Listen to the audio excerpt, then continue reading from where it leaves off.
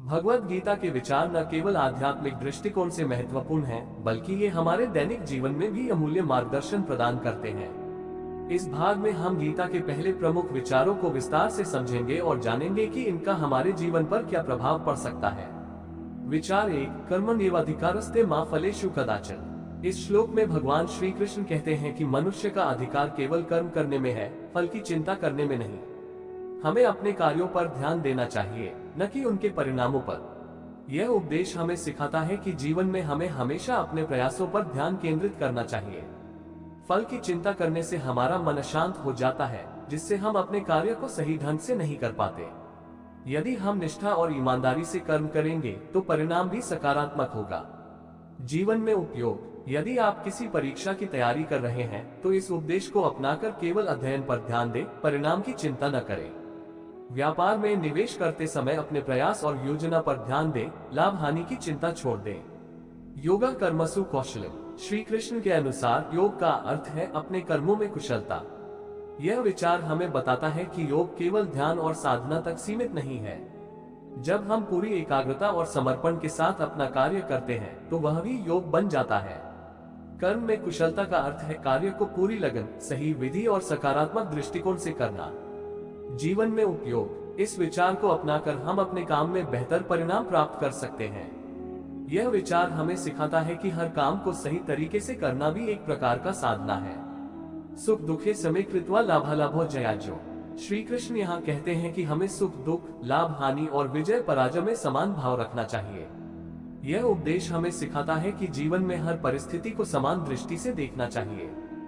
सुख दुख और सफलता असफलता जीवन के दो पहलू हैं। यदि हम केवल सुख या सफलता की अपेक्षा करेंगे तो दुख और असफलता आने पर विचलित हो जाएंगे। यदि जीवन में कठिन समय आए तो इसे ईश्वर की इच्छा मानकर सहन करें। सफलता मिलने पर अभिमान न करें और असफलता में निराश न हो। आत्म शत्रुर्वात्मैव आत्मैव रिपुरात्म। मनुष्य का सबसे बड़ा मित्र और सबसे बड़ा शत्रु उसका स्वयं का मन है। श्री कृष्ण यहाँ बताते हैं कि हमारा मन ही हमारा सच्चा मित्र या शत्रु हो सकता है। यदि हम अपने मन को वश में कर लेते हैं तो वह हमारा सबसे अच्छा साथी बन जाता है। लेकिन यदि हम अपने मन पर नियंत्रण नहीं रखते तो वह हमें पथभ्रष्ट कर सकता है। जीवन में उपयोग। अपने मन को नियंत्रित करने के लिए ध्यान और सकारात्मक चिंतन करें। आत्म विकास के लिए अपने विचारों और भावनाओं पर ध्यान दें। उद्धरेदात्मनात्मान मवसादयेत। मनुष्य को स्वयं अपना उद्धार करना चाहिए, स्वयं को नीचे नहीं गिराना चाहिए। यह विचार हमें आत्मनिर्भर बनने का संदेश देता है। हमें अपनी समस्याओं का समाधान स्वयं खोजना चाहिए। अपने विकास के लिए दूसरों पर निर्भर रहना उचित नहीं है। जीवन में उपयोग। यदि किसी कार्य में असफलता मिलती है तो हार मानने के बजाय स्वयं का उत्साहवर्धन करें। आत्मनिर्भरता से आत्मविश्वास बढ़ता है, जो सफलता की कुंजी है। संयम ही सफलता की कुंजी है। श्री कृष्ण बार बार हमें यह उपदेश देते हैं कि मन, इंद्रियों और इच्छाओं पर नियंत्रण रखना आवश्यक है। क्रोध आने पर संयम से काम लें। भौतिक सुखों की लालसा पर संयम रखने से मानसिक शांति मिलती है। सर्वधर्मान परित्यज्य मामेकाम शरणं व्रज। सभी धर्मों को छोड़कर मेरी शरण में आओ। श्री कृष्ण का ये वचन समर्पण की महिमा को प्रकट करता है। जब हम पूरी तरह से ईश्वर की शरण में जाते हैं तो हमारी सारी समस्याएं समाप्त हो जाती हैं। जीवन में उपयोग। किसी कठिनाई में ईश्वर का स्मरण करें और विश्वास रखें कि सब ठीक होगा। आत्मसमर्पण से मन को शांति और सुरक्षा का अनुभव होता है। ज्ञानी वही है जो हर जगह समदृष्टि रखता है। श्री कृष्ण कहते हैं कि सच्चा ज्ञानी वही है जो सभी प्राणियों में समानता देखता है। इस उपदेश से हमें सीख मिलती है कि हमें जाति, धर्म, रंग और वर्ग के भेदभाव से ऊपर उठकर सबको समान दृष्टि से देखना चाहिए। जीवन में उपयोग। सामाजिक भेदभाव को समाप्त करने के लिए इस विचार को अपनाएं। सभी के प्रति प्रेम और करुणा का भाव रखें। जो हुआ वो अच्छे के लिए हुआ। यह विचार हमें सिखाता है कि हमें अपने अतीत को लेकर दुखी नहीं होना चाहिए। बीते हुए समय की गलतियों से सीखें, लेकिन उनके बारे में पछतावा न करें। वर्तमान को बेहतर बनाने पर ध्यान दें। भय से मुक्त होना ही सच्ची स्वतंत्रता है। श्री कृष्ण हमें सिखाते हैं कि भय ही सबसे बड़ी बाधा है। साहस और आत्मविश्वास से कार्य करें। किसी भी कार्य में भय को स्थान न दें। वह व्यक्ति जिसका मन हर परिस्थिति में संतुलित रहता है वही सच्चा योगी है। श्री कृष्ण कहते हैं कि सच्चा योगी वह है जो सुख दुख, हानि लाभ और हर परिस्थिति में अपना मन स्थिर रखता है। इस विचार में मानसिक संतुलन और धैर्य को सबसे बड़ी उपलब्धि बताया गया है। अक्सर हमारी खुशी और दुख बाहरी परिस्थितियों पर निर्भर होती है, लेकिन गीता हमें सिखाती है कि सच्चा सुख हमारे मन की शांति में है। जब जीवन में कठिन समय आए तो घबराने के बजाय धैर्य रखें। सफलता मिलने पर भी विनम्र बने रहें और अहंकार से बचें। जैसा व्यक्ति सोचता है वैसा वह बनता है। मनुष्य का स्वभाव उसके विश्वास के अनुरूप होता है। यह विचार हमें सकारात्मक सोच का महत्व सिखाता है। यदि हम निरंतर सकारात्मक विचार करेंगे तो हमारा जीवन भी सकारात्मक बनेगा। इसके विपरीत नकारात्मक सोच जीवन में रुकावटें पैदा करती है। प्रतिदिन सकारात्मक सोच का अभ्यास करें। नकारात्मक लोगों और विचारों से दूरी बनाए रखें। इंद्रियों के आकर्षण से दूर रहना ही सच्ची बुद्धिमानी है। श्री कृष्ण बताते हैं कि जो व्यक्ति अपनी इंद्रियों को वश में कर लेता है वही सच्चा ज्ञानी है। हमारे मन और शरीर की इंद्रियां हमें भटकाने का कार्य करती हैं। यदि हम इनके पीछे भागते हैं तो हम कभी स्थायी सुख नहीं पा सकते।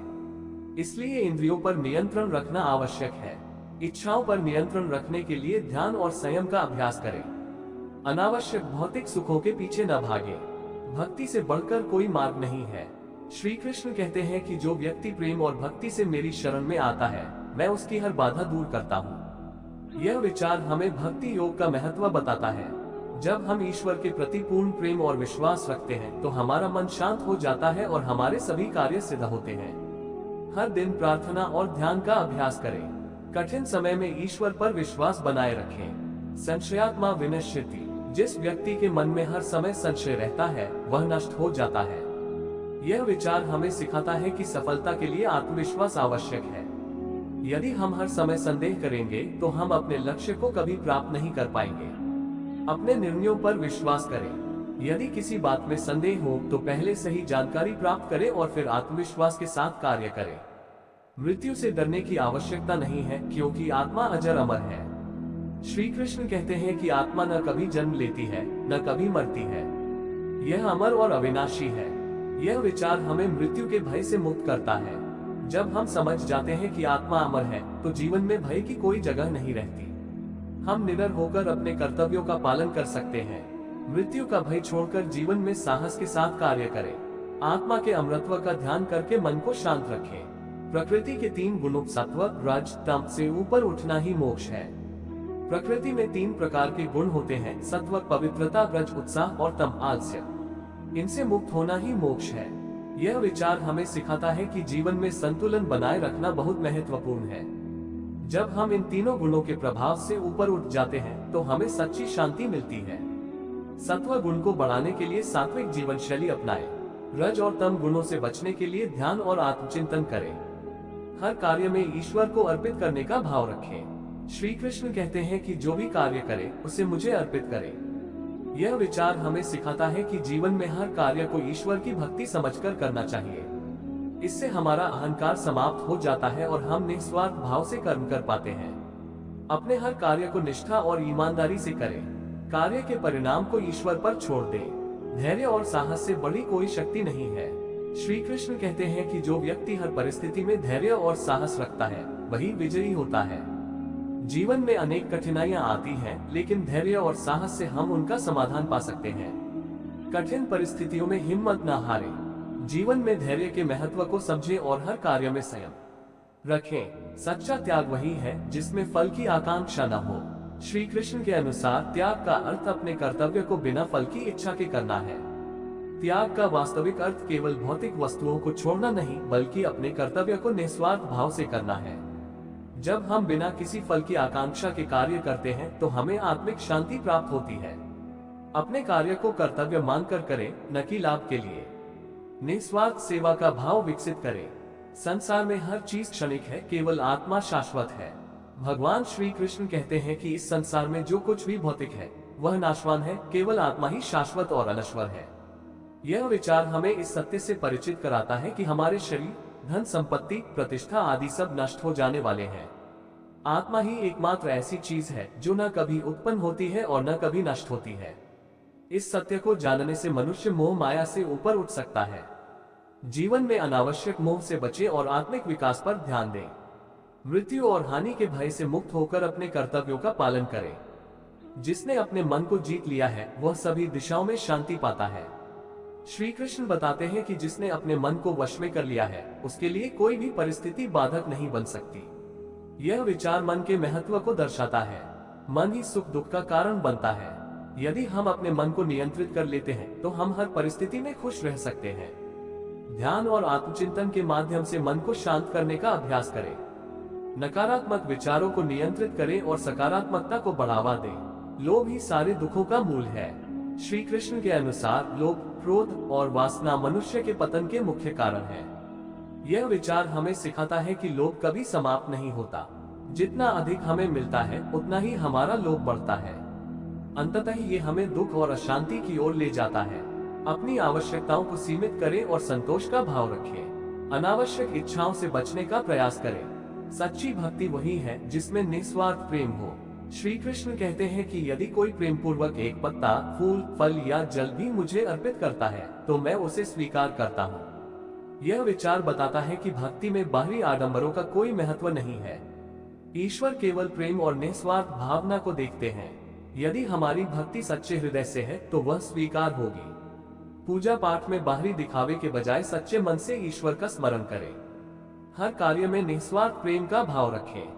प्रकृति के साथ संतुलन बनाकर चलना ही धर्म है। श्री कृष्ण कहते हैं कि सृष्टि की रचना यज्ञ संतुलन के आधार पर हुई है। जब हम इस संतुलन को भंग करते हैं तो समस्याएं उत्पन्न होती हैं। यह विचार हमें पर्यावरण संरक्षण का महत्व बताता है। यदि हम प्रकृति का अतिक्रमण करेंगे तो हमें ही उसका दुष्परिणाम भुगतना पड़ेगा। प्रकृति के साथ सामंजस्य बनाकर चलने से हमें सुख शांति प्राप्त होगी। पर्यावरण की रक्षा के लिए अपने स्तर पर प्रयास करें। संतुलित जीवन शैली अपनाएं जिसमें प्रकृति और प्रगति का संतुलन हो। क्रोध से मनुष्य की बुद्धि नष्ट हो जाती है। श्री कृष्ण कहते हैं कि क्रोध से भ्रम उत्पन्न होता है, भ्रम से बुद्धि भ्रष्ट हो जाती है और बुद्धि के भ्रष्ट होने से मनुष्य नष्ट हो जाता है। यह विचार क्रोध के विनाशकारी प्रभाव को दर्शाता है। क्रोध के क्षणों में हम सही और गलत का निर्णय नहीं कर पाते, जिससे हमारी बुद्धि भ्रष्ट हो जाती है। क्रोध आने पर शांत रहने का अभ्यास करें। धैर्य और सहनशीलता को अपने जीवन में स्थान दें। सच्चा योगी वही है जो सभी प्राणियों के प्रति दया का भाव रखता है। श्री कृष्ण के अनुसार जो व्यक्ति सभी प्राणियों को समान मानता है और उनके प्रति करुणा का भाव रखता है, वही सच्चा योगी है। यह विचार हमें बताता है कि योग केवल शारीरिक अभ्यास तक सीमित नहीं है। सच्चा योगी वह है जो सभी के प्रति प्रेम, दया और करुणा का भाव रखता है। अपने आसपास के लोगों के प्रति करुणा और सहानुभूति रखें। पशु पक्षियों और प्रकृति के प्रति भी प्रेम और दया का भाव बनाए रखें। ज्ञान से बड़ी कोई शक्ति नहीं है। श्री कृष्ण कहते हैं कि संसार में ज्ञान से बढ़कर पवित्र कोई वस्तु नहीं है। यह विचार ज्ञान के महत्व को दर्शाता है। भौतिक सुख सुविधाएं क्षणिक है, लेकिन सच्चा ज्ञान मनुष्य को अंधकार से प्रकाश की ओर ले जाता है। प्रतिदिन कुछ नया सीखने का प्रयास करें। आत्मज्ञान के लिए नियमित अध्ययन और चिंतन करें। अपने धर्म का पालन करना ही सबसे बड़ा कर्तव्य है। श्री कृष्ण कहते हैं कि अपने धर्म का पालन करना, चाहे वह कैसा भी हो, दूसरों के धर्म को अपनाने से बेहतर है। यह विचार हमें अपने कर्तव्यों के प्रति निष्ठावान रहने का संदेश देता है। दूसरों की नकल करने से बेहतर है कि हम अपने कर्तव्यों का सही ढंग से पालन करें। अपने कार्यक्षेत्र में ईमानदारी और निष्ठा से काम करें। दूसरों की तुलना करने के बजाय स्वयं के विकास पर ध्यान दें। जो व्यक्ति न तो प्रेम में मग्न होता है न घृणा में, वही सच्ची शांति प्राप्त करता है। श्री कृष्ण कहते हैं कि जो व्यक्ति न तो किसी से अत्यधिक प्रेम करता है और न ही घृणा करता है, वह शांति प्राप्त करता है। यह विचार हमें सिखाता है कि अति किसी भी चीज की अच्छी नहीं होती। संतुलित भाव ही सच्ची शांति और आनंद का स्रोत ले। अपने संबंधों में संतुलन बनाए रखें। अतिवादी भावनाओं से बचकर अपने मन को शांत रखें। दोस्तों, आपको वीडियो अच्छी लगी हो तो लाइक जरूर करें। राधे राधे।